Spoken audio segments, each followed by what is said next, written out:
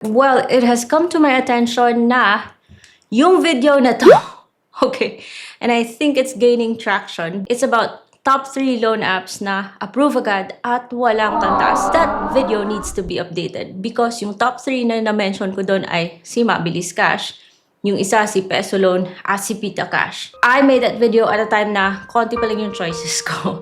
And now that it's 2026, meron tayong better alternatives, better top loan apps na approve agad at buong natatanggap or walang kaltas. Hindi ko na marirecommend si Mabilis Cash dahil available lang po siya sa Android. So, paano yung mga naka-iPhone? And kapag na-decline ka kay Mabilis Cash, it's game over. Sa kay Peso Loan, hihimatayin ka sa taas ng kanyang interest kahit na buo siyang natatanggap at pwede siyang installment. Pero ang taas ng talaga ng interest niya mga guys.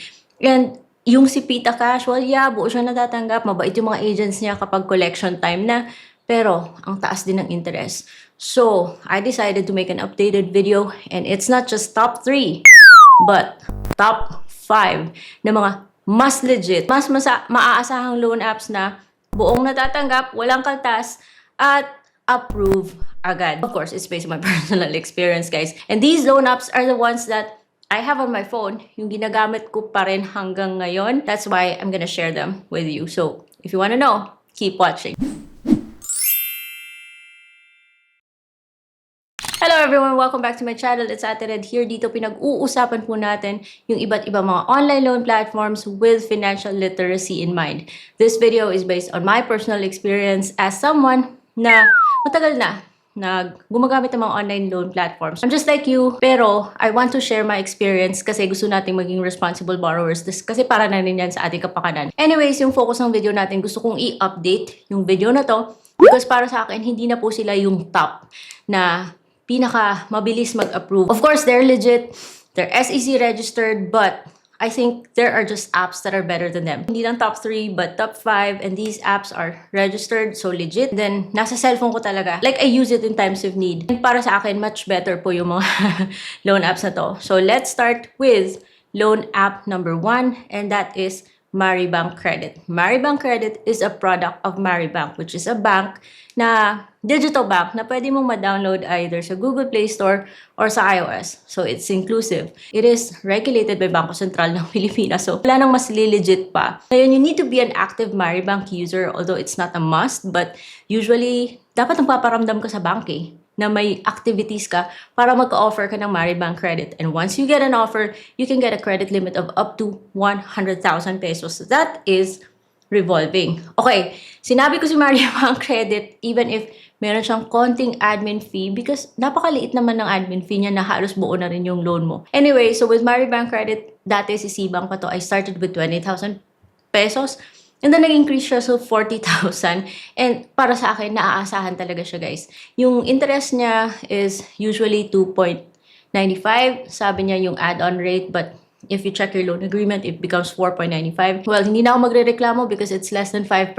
Pwede siyang bayaran in 1 month, 2 months, or even up to 12 months. Depende sa kung anong offer niya sa'yo. But rest assured, for as long as you're keeping your Maribank Credit, always on time ka nagbabayad, and huwag kang mag-advance, ano yan terms and conditions, then you can expect na tuloy-tuloy yung paggamit. Basta good standing lang. Ano magka-offer, just make sure na wala po tayong mga bad na credit records. Keep using your Maribank account for, bills payment, load, deposits. Okay naman yung interest rates kasi ni Maribank, so why not, diba? Loan platform number 2, by the way guys, wala po tong particular order, Kashalo. Yung gusto ko kaya Kashalo because kapag meron ka ng Kashalo account at pag nag-request ka ng loan, you get it in less than 2 minutes.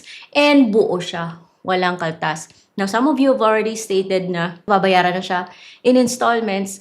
Pero kung hindi ka naman installment, at least yung loan of the hindi po 7 days. So, yung sa akin, it's up to 45 days na. Yun nga lang, single payment. But just take note na kailangan mo munang bayaran yung existing loan mo bago makapag-loan ulit. Hindi po siya makulit kasi pag papalapit na yung due date mo, tatawag lang, magko-call lang, at pag nakausap mo, hindi naman siya yung talaga tulad ng isa nating kilalang Ola dyan na super kulit. Pero okay po si Kashalo at hindi po siya nang haharas. One tip lang ha, para iwas ma-reject. Best time na magbayad kay Kashalo is kapag may tumawag na sa'yo para mag-remind na meron kang due, usapin mo. Pag nagbayad ka, huwag kang mag-loan agad, especially if you're expecting an increase. Give it a few days bago mag-loan agad para hindi po tayo tayo ma-identify ni system as parang high risk. So I'm not saying it's a guarantee na hindi ka ma-reject, but at least it helps. You need is just one valid ID. Just make sure that you're submitting your actual ID, hindi yung pinicturean nyo lang sa cellphone, sa computer, or yung photocopy. Kailangan yung valid ID talaga at dapat clear na clear yung pagkakakuha. For those na are having problems with receiving OTP from Kashalo, just make sure na updated yung account nyo. Walang network issues, or just try again later. Kasi sometimes it happens kahit na ako nga nagtataka ako kung bakit wala pang OTP. Sometimes may delay nga, but just give it some time and just try again. So now let's move to loan up number 3. And that is, finally guys, na-approve ako, is OneHand. OneHand is an online loan platform na for me grabe yung improvement. Kasi when I first had OneHand, kalok. And then na-reject ako for reasons na nabanggit ko na sa previous videos ko. And finally, 3 years later, or I think more, na-approve ako with 20,000 pesos. At pansin ko, mas mababa yung interest niya kaysa dati. At ngayon, buo na siyang natatanggap. Payable din siya in installments up to 9 months, and you can borrow up to 50,000 pesos sa kay OneHand. But, depende po yan kay system kung magkano yung magiging credit limit mo. If you're a good payer, kahit na hindi ka mag-submit ng additional requirements, pwede kang magkaroon ng increase. And tuloy-tuloy yung paggamit. Yung si OneHand multiple loans po pwede kasi you don't have to take the entire 20,000 kung 10,000 lang naman yung kailangan mo. Whatever is remaining, you can save it for times na kailangan. Kasi pwede mo naman yung utangin ulit even if you have an existing loan. Sabihin ko dito kay OneHand na say for example sa 20,000 inutang mo 10. Pagkatapos mo mag first payment sa 10 na yan, nababalik siya kaagad. So super flexible po si OneHand. And with OneHand, meron po siyang pwede kang mag-earn. Yung talagang earn. Sa kanyang referral program. And it's not something na ikakatas sa existing loan mo, but it's something that you can actually withdraw. Wala kang loan kay OneHand, pwede ka mag-refer and mag-earn. Of course, check if you're eligible. You just need to check your account. Mas marami po tayong ID options kay OneHand. You just need one valid ID and to fill out the form. And para iwas reject kay OneHand, just make sure that you also have good records with other lending companies. Kasi OneHand is an accessing, hindi lang siya submitting entity sa CIC, it's also an accessing entity sa CIC, meaning nakikita po na kung meron tayong mga existing, late, or hindi nabayarang mga OLA. So dapat responsible borrower po tayo kay OneHand, not just with the OneHand app, but all the other OLAs na ginagamit natin. So now let's move to loan up number 4. And of course, hindi po mawawala sa listahan ko si Bilis. Dahil si Bilis has been my go-to since pandemic times. So si Bilis, pwede kang humiram ng up to 50,000 pesos and up to 12 months siya And you can pay either twice a month or once a month. Depende sa kung kailan mo mapasok yung sweldo mo. And Bilis, because it's a buy now, pay later, nag-scan QR ka, pwede siyang 0% until the next payday. So because yung idea behind is that the sooner you pay your loan, nakakatipid ka sa interest, and the sooner na free up yung credit limit mo for another use.